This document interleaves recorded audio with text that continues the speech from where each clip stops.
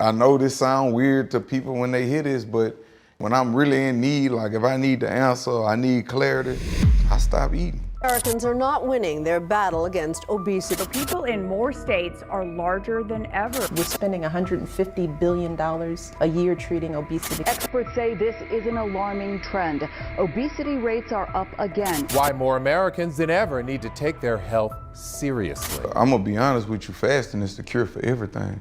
When your body don't have nothing to eat, it's gonna eat all your bad cells up because it go into fight or flight.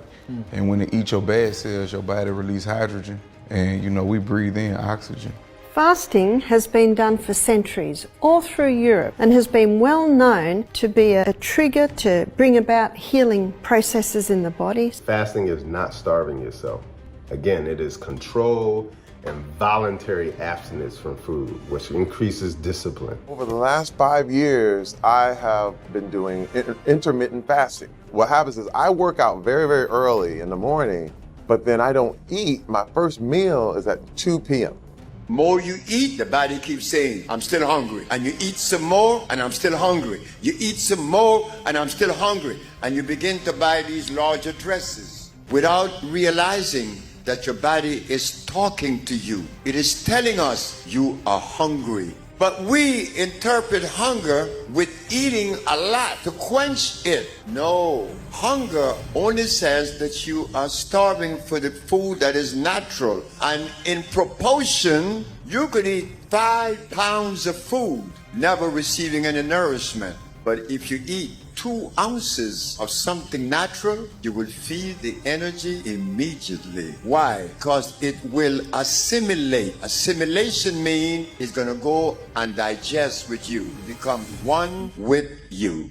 Ever wondered if there's a secret trick to shedding those stubborn pounds? No? Okay. What if I were to tell you that the answer might have been hiding in plain sight, disguised as good old fasting? Yes, fasting. This age-old practice has made a dramatic comeback, transforming from a dusty relic into the go-to modern hack for losing weight and feeling fabulous. Could skipping a meal be the unexpected hero in your health saga? Let's find out. Have you ever found yourself with an uncontrollable urge to scratch every itch, sneeze like you're aiming for a record, or battling the never-ending brigade of sniffles, infections, and those pesky seasonal allergies? Maybe your blood pressure has decided to scale new heights. Or perhaps menopause has become your new unexpected companion. And let's not start on the excess baggage that might be hugging your waistline tighter than a bear. If any of this rings a bell or sets off an entire alarm system, then have you ever considered fasting?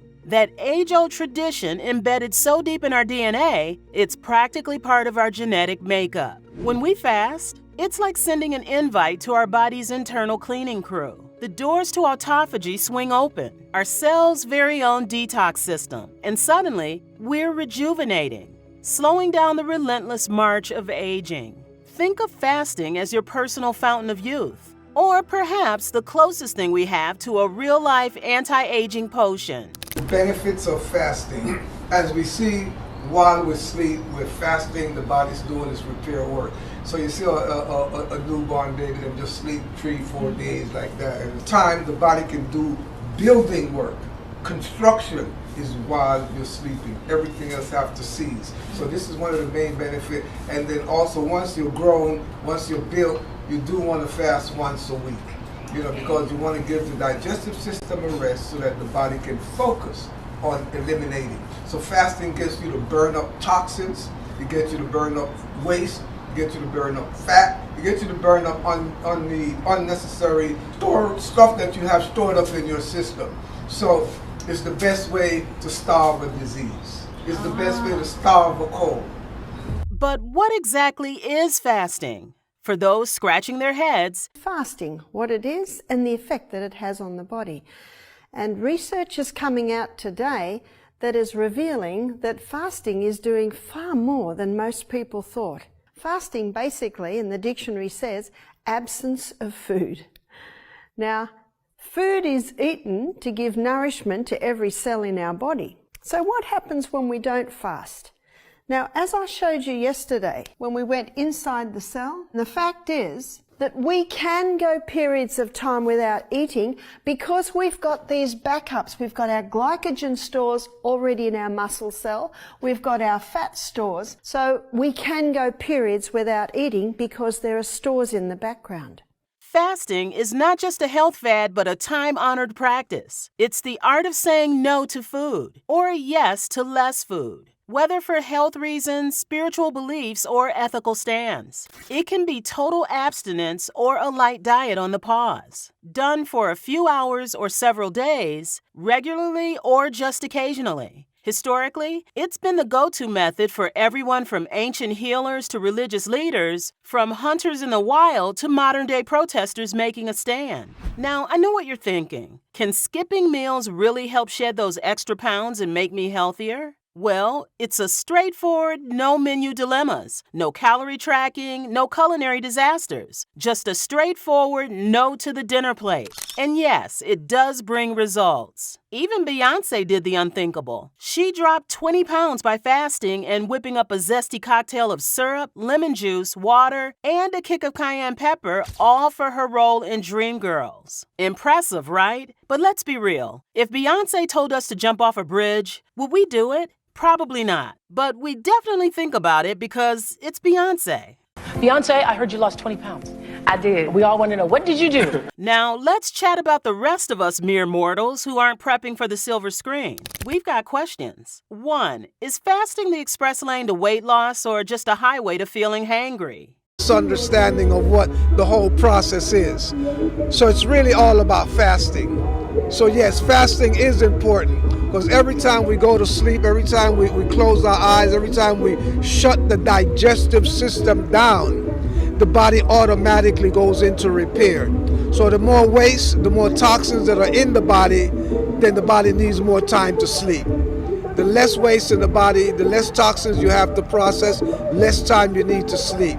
So, you know, if you want to live a longer life or at least have more time to live, then keep your body clean and, you know, you won't have to go 8 hours into the body shop at night and fast to get the repair work done. 2. Can skipping meals actually tune up your body to fight off heart disease, high blood pressure, or even arthritis? Or are we just torturing ourselves? You were a cardiologist. You're very proactive about promoting the benefits of fasting with your patients and I guess across society as a whole. So right at the start of this conversation, I wonder if you could outline what are the key benefits of fasting that you have seen in your patients? Traumatic. You know, I've been a cardiologist for 30 years and I've tried everything. But when I tried fasting, I started seeing changes. People began to lose weight. People's blood pressures came down. Diabetes got reversed. The progression of coronary artery disease went down. You see, I had the benefit of seeing patients from day one. So I saw that they were having a second angioplasty, another heart attack in 2 years, 5 years. I saw the numbers going down on those whom I was able to get them to lose weight. 3. Will fasting have us all living to a ripe old age, spry and wrinkle-free? To starting my 77-day fast. So realistically, September, October, November, December, this fast should be ready by the 1st of January. I should be well off of this fast at that time. So I'm going into next year ready for it, my 77th year on the planet. So the whole plan is that for every year that I live, I add another day of fasting. So for every year that I live, I eat 1 day less. 4. After losing a significant amount of weight, will I end up looking like a Shar-Pei puppy with all that extra skin and my hormones? Will they throw a party or will they pack up and leave town? You want to make sure to hydrate really well. That's the most important part. Loose skin is caused by cellular dehydration. And you want to make sure that when you're eating, you're not eating dehydrating foods. So lean more into your high water content fruits and vegetables, bell peppers, zucchini, squash, apples, oranges, things of that nature. I would recommend, if you're going to do Google search, you want to be looking for stuff that is 75% water content or greater. The higher, closer to 90 is better. Closer to 75, you still want to kind of be a little less on. So Now, as far as the hormonal imbalance, any hormonal imbalance that's caused by fasting over that duration of time, it will self-correct. Remember, the body is a self-healing mechanism. It balances hormones, it balances blood pressure, cholesterol, it's self-regulating. The only reason why we see disturbances is because we are out of alignment with nature. So when you start fasting, you start detoxing, all of the contamination that's been trapped in your fat cells, it will be released into your system and it will disrupt what you feel is normal. But after a time of being consistent with the process, eating well, your body will flush it out and you'll essentially normalize.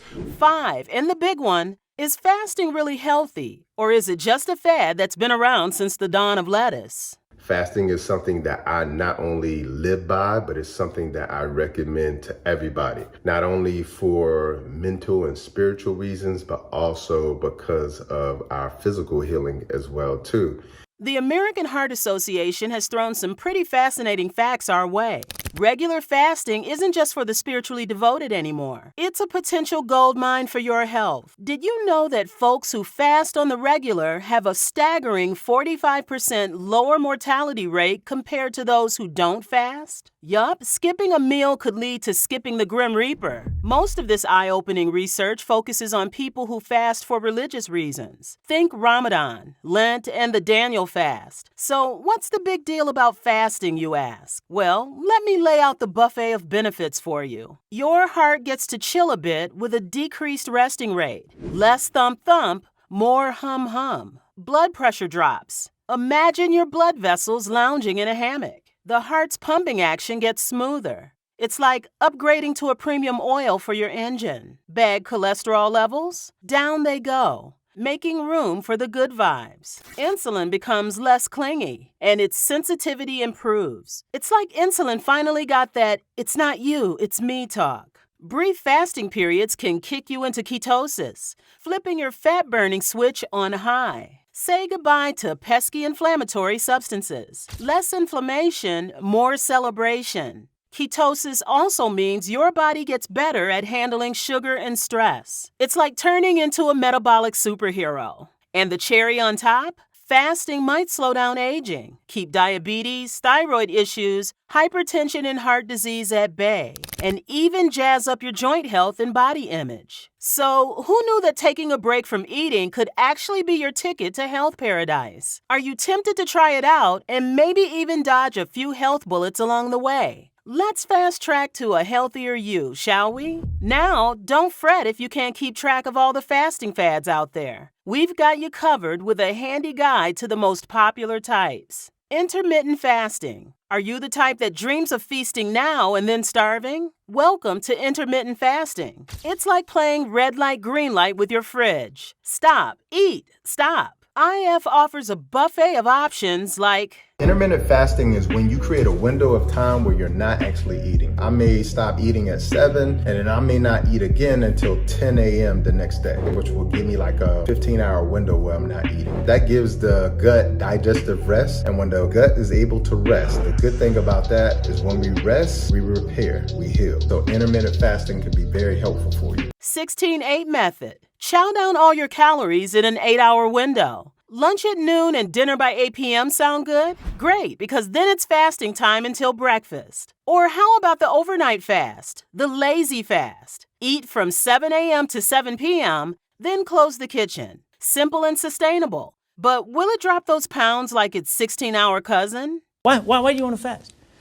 Because your insulin levels will come down with fasting. If you don't eat, what happens to your insulin levels? They go down, because insulin is only brought on by eating. That's why I make you fast. That's why if you're a patient at CVI, you have to eat only once a day or twice a day. If you're going to eat twice a day, you start out with that eating, but you must eat in a 6-hour window. And then no eating the rest of the 18 hours. If you're constantly eating, you're making too much insulin. So you want to fast so that your insulin levels come down. So then after fasting for 18 or 24 hours, when you then do eat, you're sensitive to insulin. So your pancreas will only make this much insulin with the next meal versus a whole gallon before. So eating in a fasting state produces more insulin than eating in a fed state, where you produce a lot of insulin.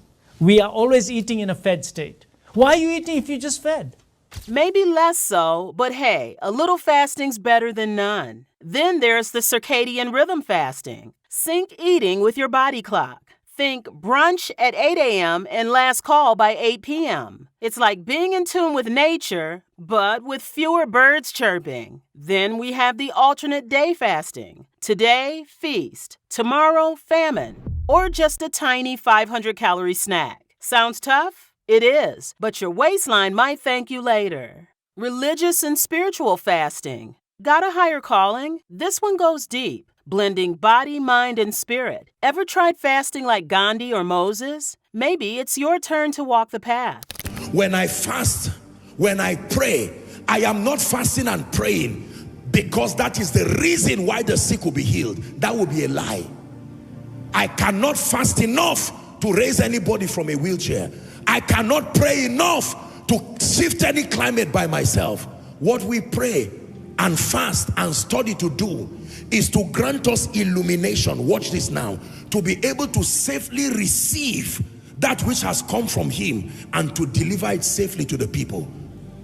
You get what? You get that? If you understand what I just told you, you have understood my message tonight.